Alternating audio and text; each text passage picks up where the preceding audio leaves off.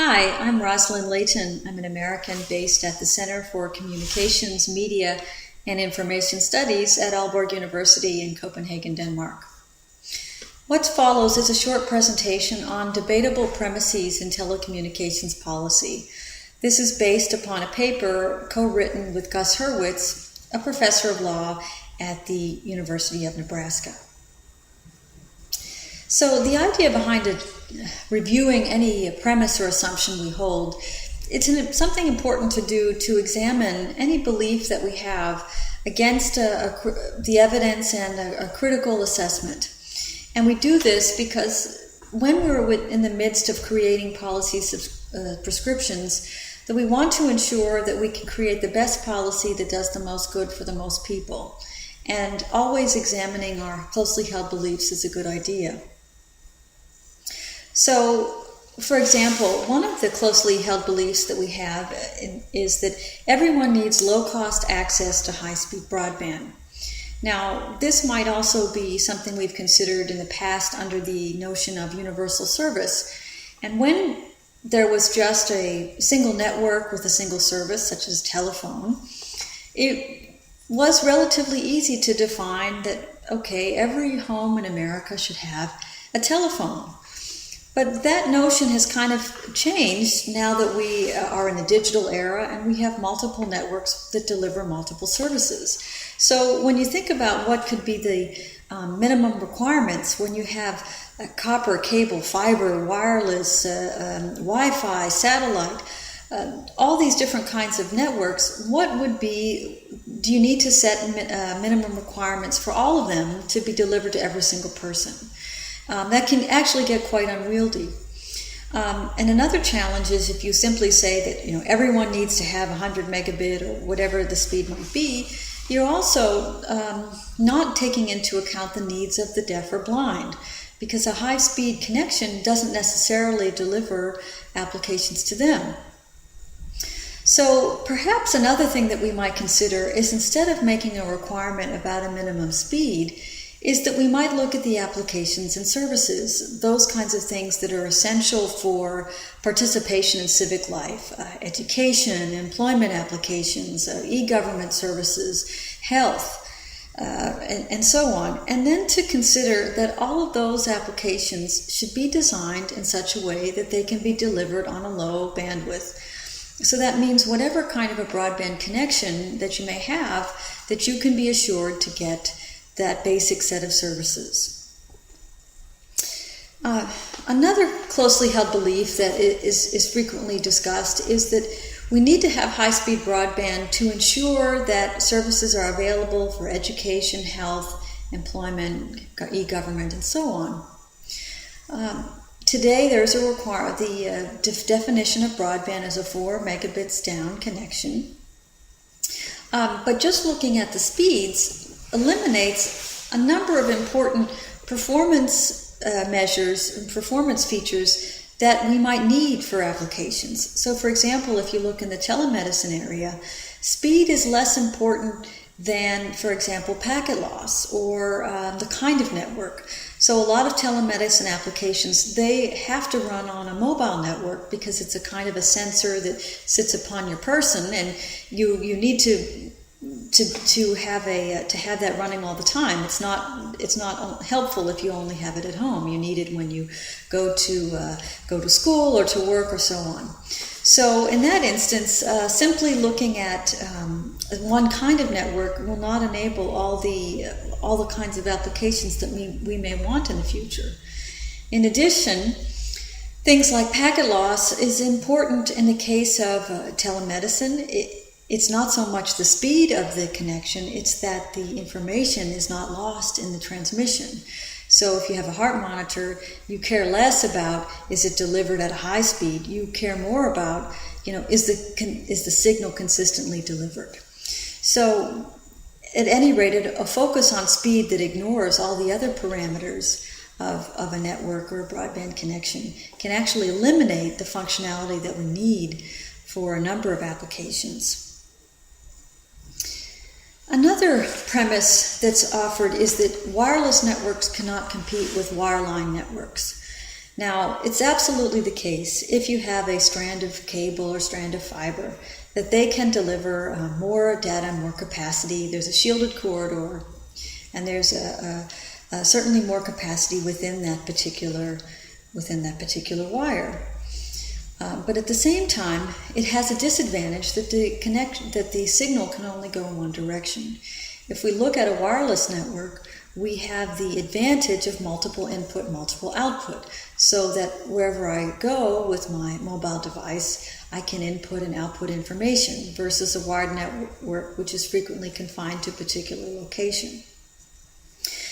In addition, the technology of wireless networks keeps improving, and as well as people appreciate the functionality and usability.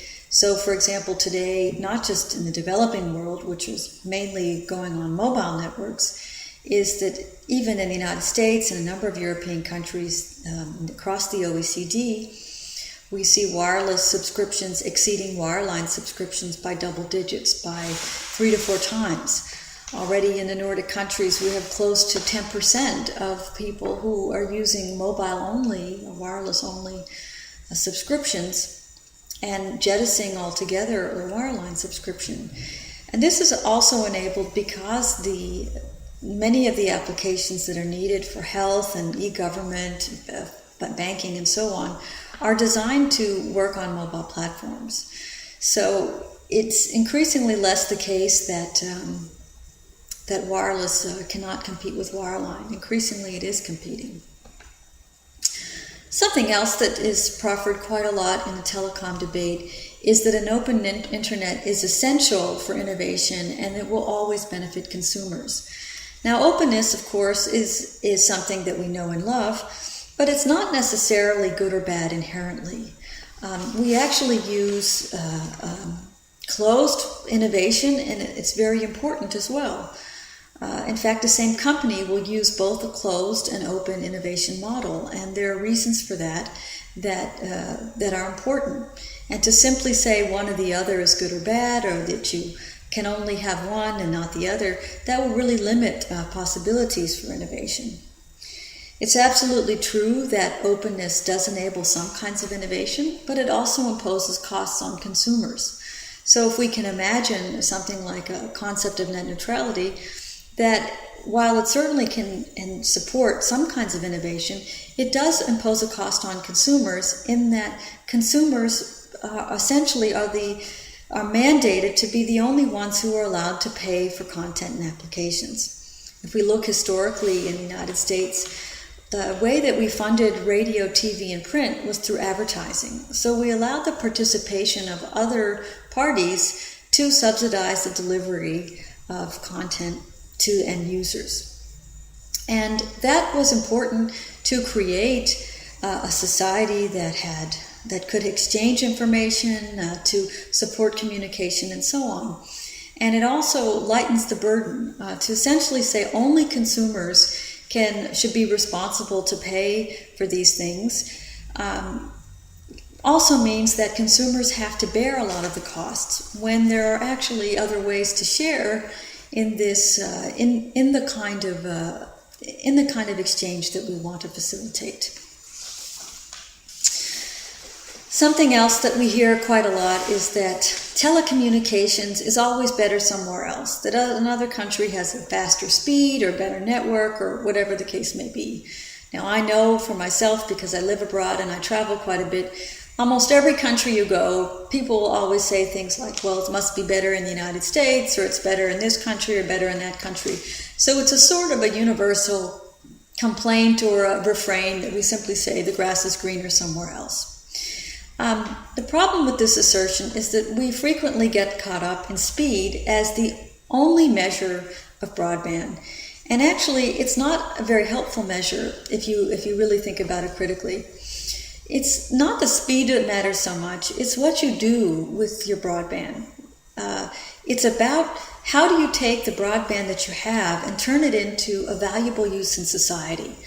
We can imagine to put a high-speed network to every corner of the earth. But if we don't have people with digital skills, who don't adopt the technologies, who don't use it in a productive way, that speed doesn't really matter at all. We see a number of things going on in Japan and in South Korea where they've talked about jobless growth, that maybe they have high speeds, but they don't necessarily are creating the killer app for a high-speed innovation. They haven't necessarily increased the number of people working with these kinds of high speeds. So when you can think about broadband, you need to look at more than just speed. You need to consider how much data is delivered across the connection, how well is the adoption of the particular network or technology.